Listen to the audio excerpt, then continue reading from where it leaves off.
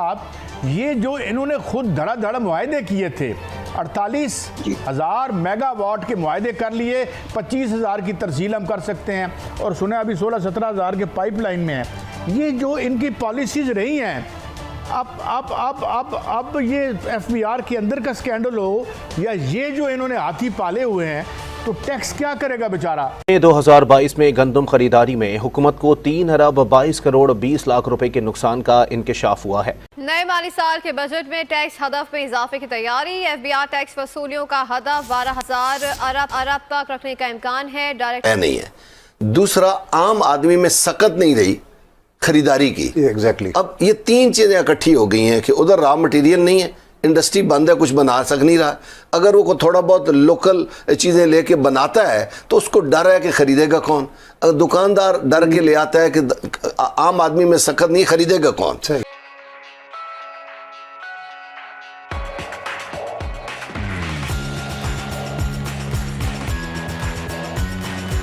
Doctor साहब जी बिल्कुल सही फरमाया आपने। IPPs का इतना बड़ा जो है होल है कि अगर हम इससे 3 गुना ज़्यादा भी टैक्स इकट्ठा कर लें तो फ़ायदा तो वाकई कुछ नहीं होने वाला है, सिवाय इसके कि जिस तरीके से हम टैक्स लगाएंगे उसका बोझ और ज़्यादा जो मिडिल क्लास पे, जो हमारे सैलरीड पर्सन हैं और लोअर मिडिल क्लास पे ही शिफ्ट होता जाएगा।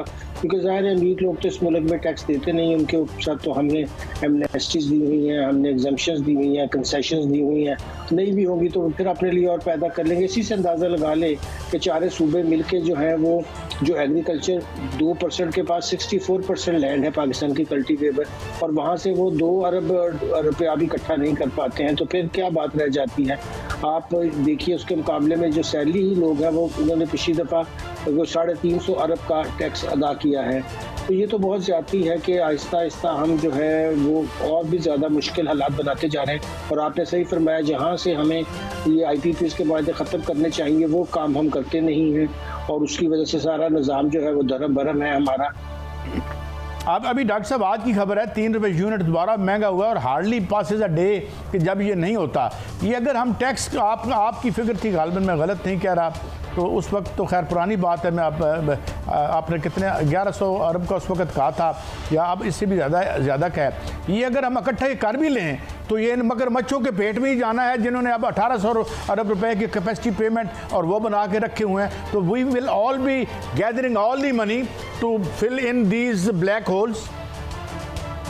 जी बिल्कुल, बल्कि आप देखिए कि सूद की मद में जो 8.5 इस वक्त ट्रिलियन, यानी कि हैरानगी की बात है कि 7.3 का तो बजट रखा था, मगर अभी जो 10 महीने का ही हमारे इस वक्त 8.7, जाहिर है उनको भी पैसे उधार ले लेकर दिए जाएंगे।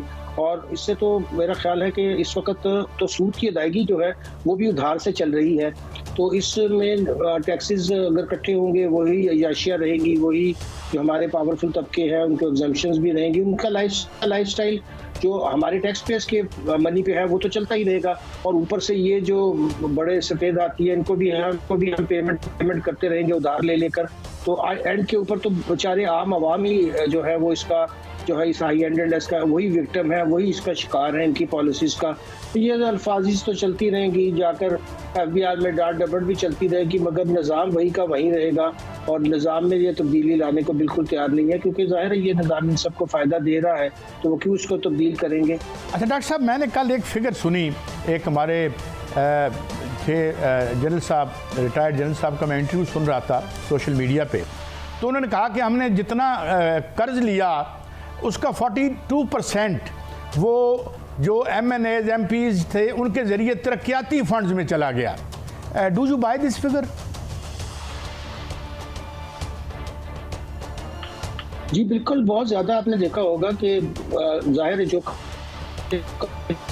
काम के नालियाँ गलियाँ ये तो काम नहीं है लेजिस्लेटर्स का, मगर जाहिर है गेम तो सारी वही है। और बावजूद इसके कि बहुत ज़्यादा फाइनेंशियल क्रंच था, मगर एक MNA को खुश करने के लिए TDM के ज़माने में भी 100 बिलियन दे दिए, किसी को उससे भी ज़्यादा, और ये बार बार फिगर्स आती रहती हैं। तो ये तो सिलसिला कभी भी ख़त्म नहीं होने वाला है, क्योंकि इन्होंने जब इलेक्शन में अपने इलेक्टेबल्स को पैसा देकर फिर उनको, और जब वो आकर फिर अपना पैसा रिकवर करें, फिर ये तो विशेष सर्कल पाकिस्तान में चलता ही रहेगा।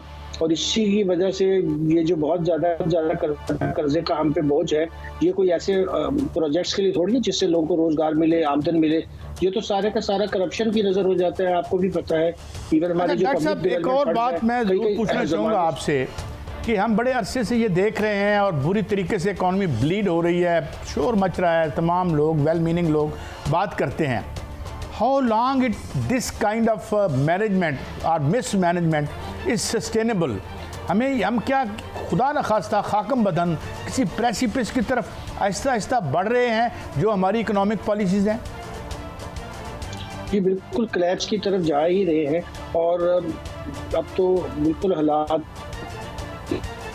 दिन ब दिन हाथ, और ये क्राइसिस जो है आगे जाकर हम देखेंगे कि और भी बढ़ता हुआ नजर आएगा, क्योंकि जाहिर है कि जब आपकी एनर्जी ही अफोर्डेबल नहीं है, जब आम लोगों की आपको उसके लिए रोजगार तो बड़ी दूर की बात है। आप देख लीजिए हेल्थ और एजुकेशन जो इनकी जिम्मेदारी है वही वो पूरी नहीं कर रहे हैं। अब एक इम्पोर्टेड चीजें खरीदने वाला हमारा सेक्टर है, वो तो इधर आता ही नहीं है इसके बाद। अब इसमें मुश्किलात हमें क्या आ रही हैं? देखें, इस वक्त जमींदार मुश्किल में, सनतकार मुश्किल में और दुकानदार मुश्किल में। ये किसान जमींदार, मैं एक जमींदार का बेटा हूं, उसको किसान कह लें या जमींदार कह लें, तो मैंने जोड़ दिया है कि जमींदार, सनतकार और दुकानदार, ये 3 सेक्टर्स हैं। जब तक ये खुशहाल नहीं होंगे ना, मुल्क खुशहाल नहीं हो सकता। अभी देखिए किसान कितनी मुश्किल में बैठा है। गंदम जो है उसकी कोई ले नहीं रहा है, सरकारी रेट तय हो गया, वो ले नहीं रहा है, तो अगली दफा गंदम आधी भी नहीं वो बोएगा। सही, जब वो नहीं होएगा तो फिर आगे क्या बनेगा? इस वक्त हम रोटी में, आटे में झगड़ा चल रहा है, रोटी 16 रुपए की और रोटी 20 रुपए की। ये इतनी बड़ी मुश्किलात में हम चले गए हैं कि मैं सच बताऊं कि इस वक्त जो दुकानदार है, जिनका मैं नुमाइंदा हूं, 1 करोड़ से ज्यादा है शटर, वो अपने अखराजात पूरे नहीं कर सक रहे हैं। अगर वो नहीं कर सक रहे हैं तो जमींदार कैसे कर रहा होगा, सनतकार कैसे कर रहा होगा? तो हुकूमत को पहले तो अपने लोगों को संभालना चाहिए कि हमारे अपने लोग जिन मुश्किलात में, देखिए बाहर की बात तो हम तब करें जब पहले हम अपना आप ठीक कर लें। तो हमने मुश्किलात में डाल दिया कौम को, इतनी मुश्किलात में डाल दिया है कि मैं बता नहीं सकता हूँ। यकीन करें इस वक्त जो हालात है उसमें वो भी महंगाई और फलाना, ये एक हद होती थी कि महंगाई हो गई, अब तो पता नहीं ये कहाँ तक पहुँच गया काम। तो हम बाहर के लोगों की बात करते हैं कि वो ऐसा करेंगे तो हमारा मुल्क बेहतर हो जाएगा, पहले हम अपने आप को संभालें। सर, तनख्वाहदार तबके को तो आप भूल गए, तो वो तो बिल्कुल मैं उसी की बात कर रहा हूं ना कि उसमें सकत नहीं है खरीदारी की। सही है, उसमें सकत नहीं है। मेरे पास सामान नहीं है, मेरे पास इन्वेस्टमेंट के पैसे नहीं है, सनतकार के पास बनाने को कुछ नहीं है, किसान को अब इंतजार करना है कि भाई गंदम तो तेरी ले कोई नहीं रहा, तू गन्ना बोएगा या नहीं। सही, तो क्या करेगा? इस वक्त हमारी हुकूमतों को, चाहे वो सूबाई हुकूमतें या वफाकी हुकूमत, इनको सर जोड़ना चाहिए और पहले लोकल जो हमारे हालात हैं उनको किसी तरीके से ठीक करें। कोई राब्ता शाब्ता करते हैं आपसे हुकूमती लेवल के ऊपर? करता है सर, इस वक्त सियासी अदम इस्तेकाम की वजह से उनके हालात उधर तक महदूद हैं। आप देखते हैं मैं सारा दिन टीवी चैनल जिसको देखे उस पर सियासत हो रही होती है, उसमें सियासत हो रही होती है लेकिन सियासत में इस्तेकाम नहीं आ रहा। मईशत की बात हो रही है लेकिन मईशत में इस्तेकाम नहीं आ रहा। तो ये चीज़ें जब तक हम इधर ध्यान नहीं देंगे, किसान के बाद कोई बात करने उसको सोटियां बरस रही हैं, दुकानदार बाहर निकलेगा तो उसको सोटियां बरसेंगी। ओ भाई आप हमसे बैठ के बात करें। अभी ताजर 2 स्कीम लाए कि हमें टैक्स दें। जी बिल्कुल, हमें कहते हैं जी 1200 रुपए साल का दे दे जो नेट में नहीं है। ओ भाई जो 15,000 आपको दे रहा है नेट में नहीं है, वो किधर जाता है? वो आपके अकाउंट में जा रहा है। आपको सरकारी डॉक्यूमेंट आपके पास मौजूद है, आप उसको रजिस्टर कर लें। तो ये वो मुश्किलात हैं जिनको ठीक करने की ज़रूरत है। जब तक आप ऐसा नहीं करेंगे, जितने बाहर से मर्जी इन्वेस्टर लेकर आ जाएं, उसको एक वो लॉन्ग टाइम के लिए, इस शॉर्ट टर्म के लिए कोई काम करें।